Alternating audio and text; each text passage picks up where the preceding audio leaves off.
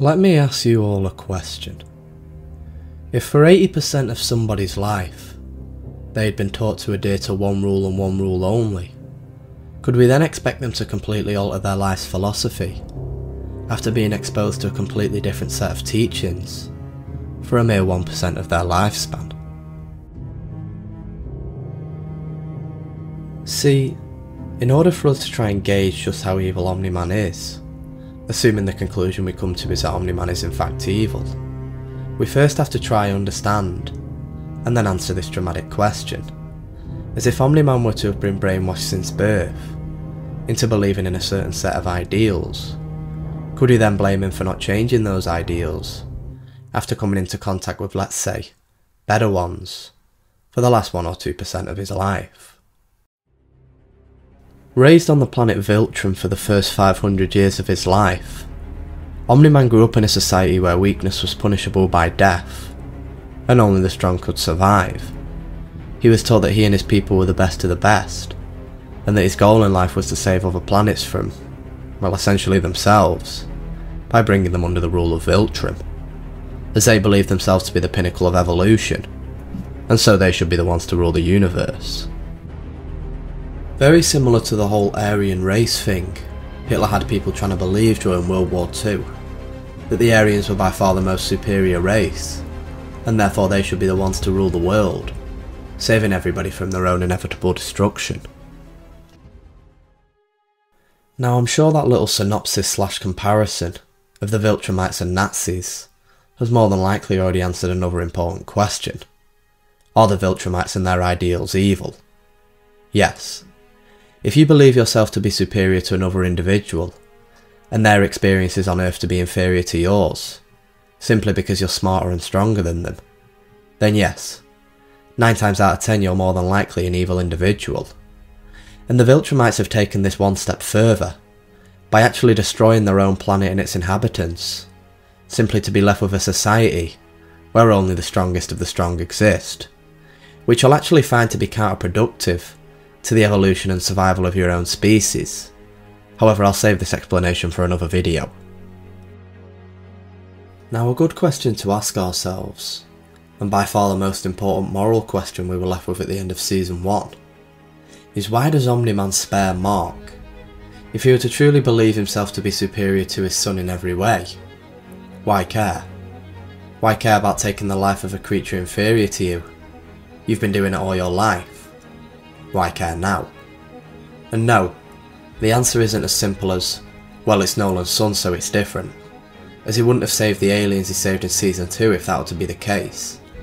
Sure, it's a factor, but I'd argue it to the shock of many, to not really be that much of an important one.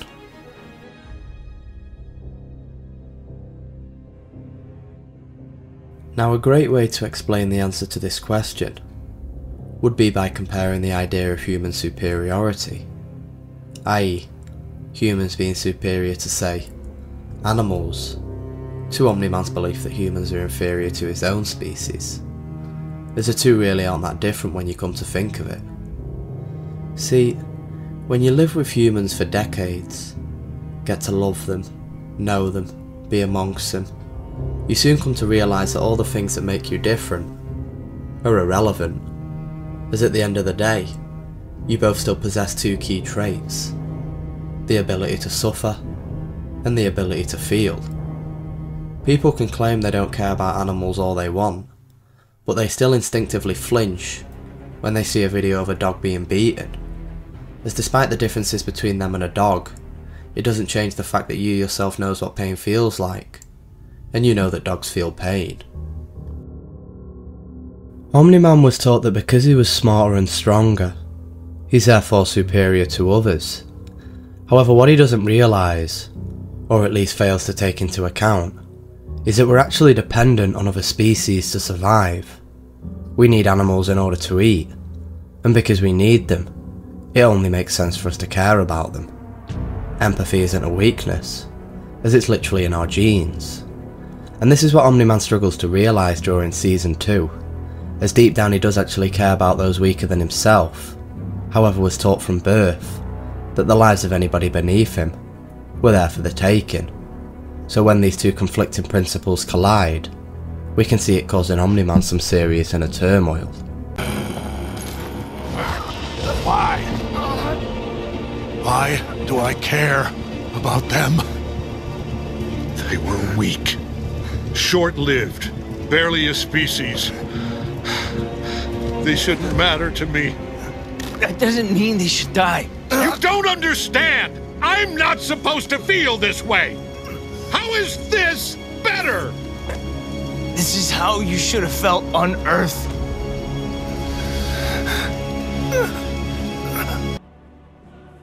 Now another point I want to mention, when it comes to Omni-Man sparing Mark, is the attempt he makes at justifying his actions, as what people who aren't fully convinced they're in the right tend to do, is seek the validation of others, as they're under the impression that if at least one other person can agree with them, and in turn back their idea, then what they're doing must to an extent be right, as why would somebody else agree with such an extreme viewpoint or action? See, if Omni-Man was 100% on the side of Viltrum, and truly believed that what he was doing was right, he simply wouldn't see the point in trying to convince Mark, and in turn the rest of humanity, that what he was doing was right.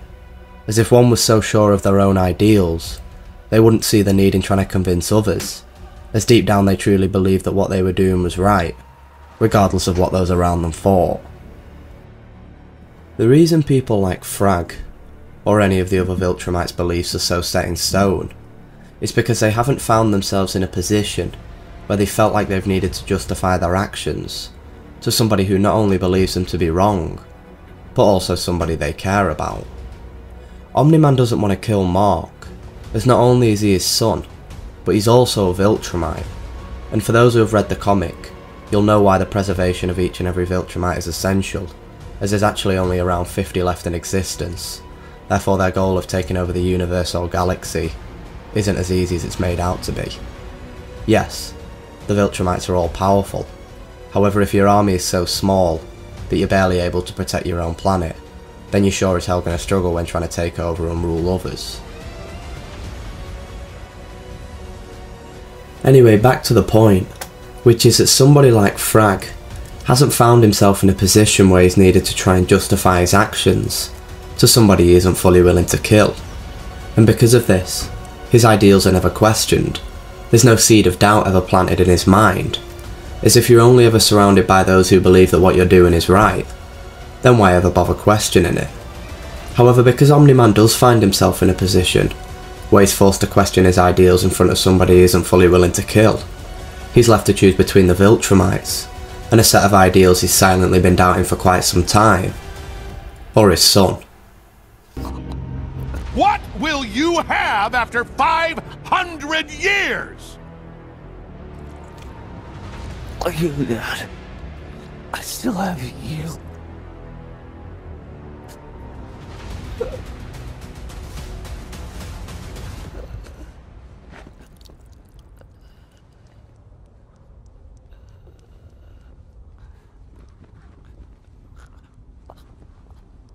Dad?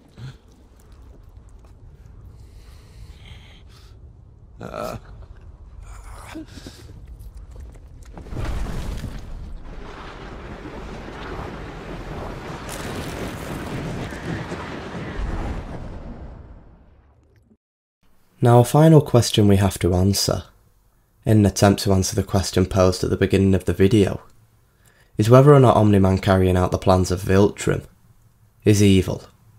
Is Nolan deriving any sort of joy or pleasure when carrying out these orders? Or is he simply just fulfilling his duty?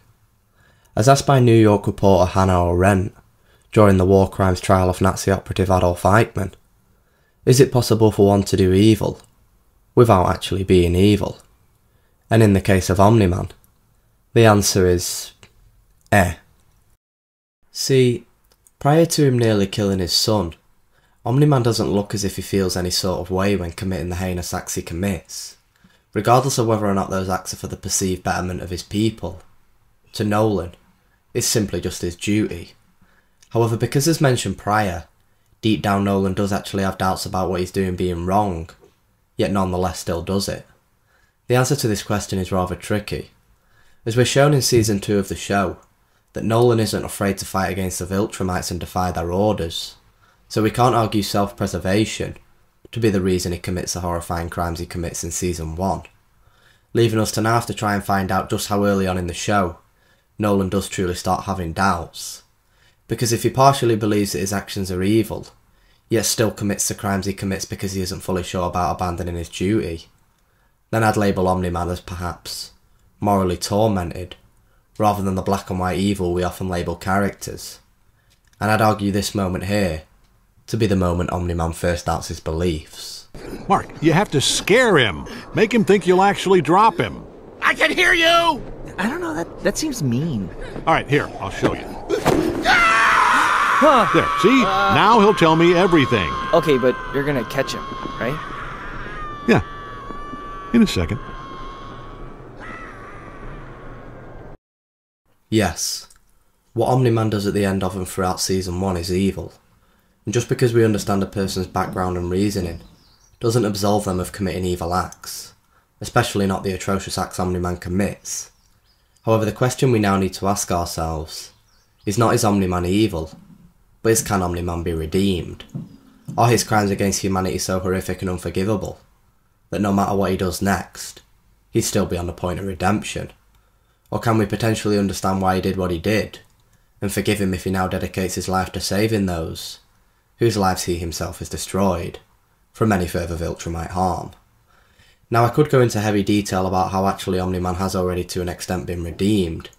However, a channel by the name of Savage Books, who I'll link in the description below, has already created a video on Omni-Man's redemption.